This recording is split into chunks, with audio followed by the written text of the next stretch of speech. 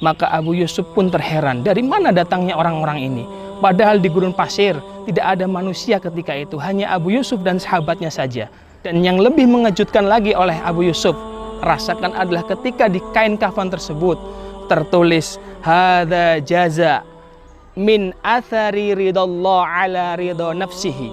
Ini adalah balasan bagi orang yang dia ridho kepada Allah melebihi ridho terhadap dirinya sendiri.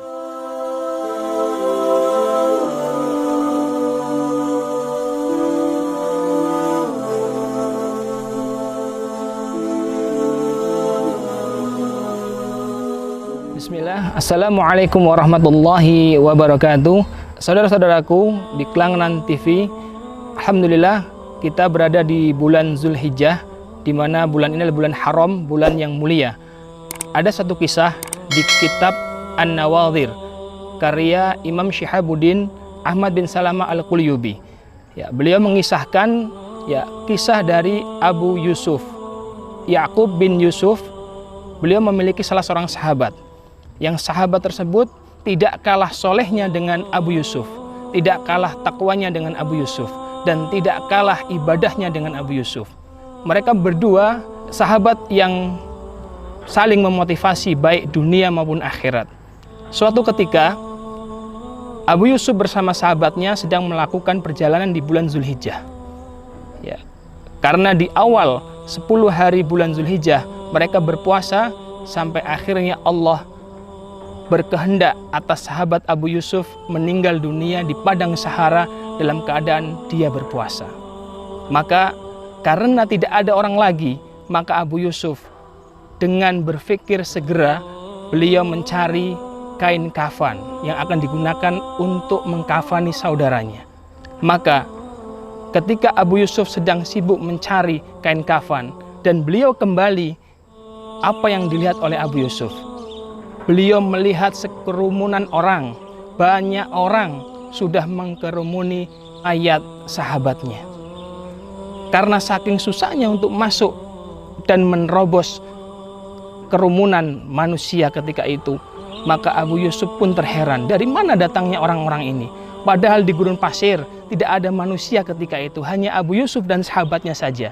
Namun tiba-tiba datang kerumunan orang yang beliau mendengar sendiri dari kerumunan tersebut bahwasanya orang-orang menyebut sahabatnya sebagai orang yang zuhud, orang-orang menyebut sahabatnya sebagai waliullah. Masya Allah. Kemudian Abu Yusuf berusaha untuk menerobos masuk kepada sahabatnya, dan ketika Abu Yusuf berusaha untuk menembus kerumunan manusia tadi dan melihat saudaranya telah dalam keadaan sudah dikafani. Dan yang lebih mengejutkan lagi oleh Abu Yusuf rasakan adalah ketika di kain kafan tersebut tertulis hadza jaza min athari ridallah ala ridho nafsihi. Ini adalah balasan bagi orang yang dia ridho kepada Allah melebihi ridho terhadap dirinya sendiri. Wa ahabba liqa'ana, dan bagi orang yang dia rindu akan bertemu denganku. Ahbabna liqa'ahu, maka aku rindu bertemu dengan dirinya. Masya Allah, terkejutnya Abu Yusuf sampai akhirnya Abu Yusuf mengkebumikan sahabatnya.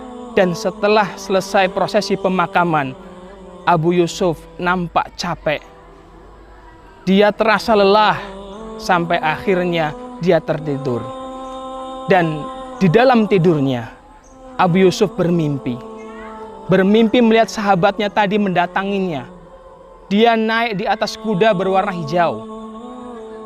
Sahabat Abu Yusuf mengenakan jubah berwarna hijau pula dan membawa panji di tangannya. Dan nampak di belakangnya ada beberapa orang yang tampan, rupawan. Maka Abu Yusuf bertanya kepada sahabatnya dalam mimpi, "Wahai sahabatku, siapakah mereka yang berada di belakangmu?" Kemudian sahabat Abu Yusuf berkata, mereka adalah Rasulullah Shallallahu Alaihi Wasallam dan para sahabat Abu Bakar, Umar, Utsman, Ali radhiyallahu anhum. Kemudian Abu Yusuf bertanya kembali kepada sahabatnya, "Untuk apa mereka kemari, wahai sahabatku?" "Mereka datang untuk menziarahiku, untuk bertakziah terhadapku." Kemudian Abu Yusuf bertanya kembali, apa yang menyebabkan engkau sampai mendapatkan keutamaan yang sangat besar ini? Kemudian sahabat Abu Yusuf mengatakan, aku adalah orang yang senantiasa ridho kepada Allah. Bahkan ridhoku kepada Allah melebihi ridhoku terhadap diriku sendiri.